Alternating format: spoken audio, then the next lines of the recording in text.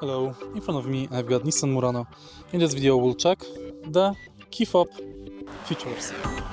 In the beginning we can of course lock and unlock car via key fob, but let's check if we can close and open windows.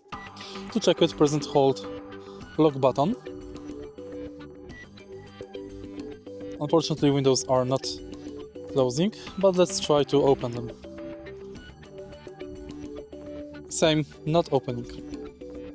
On the key fob we've got this button, thanks to which we can open tailgate remotely. Also we can close the tailgate remotely via this button.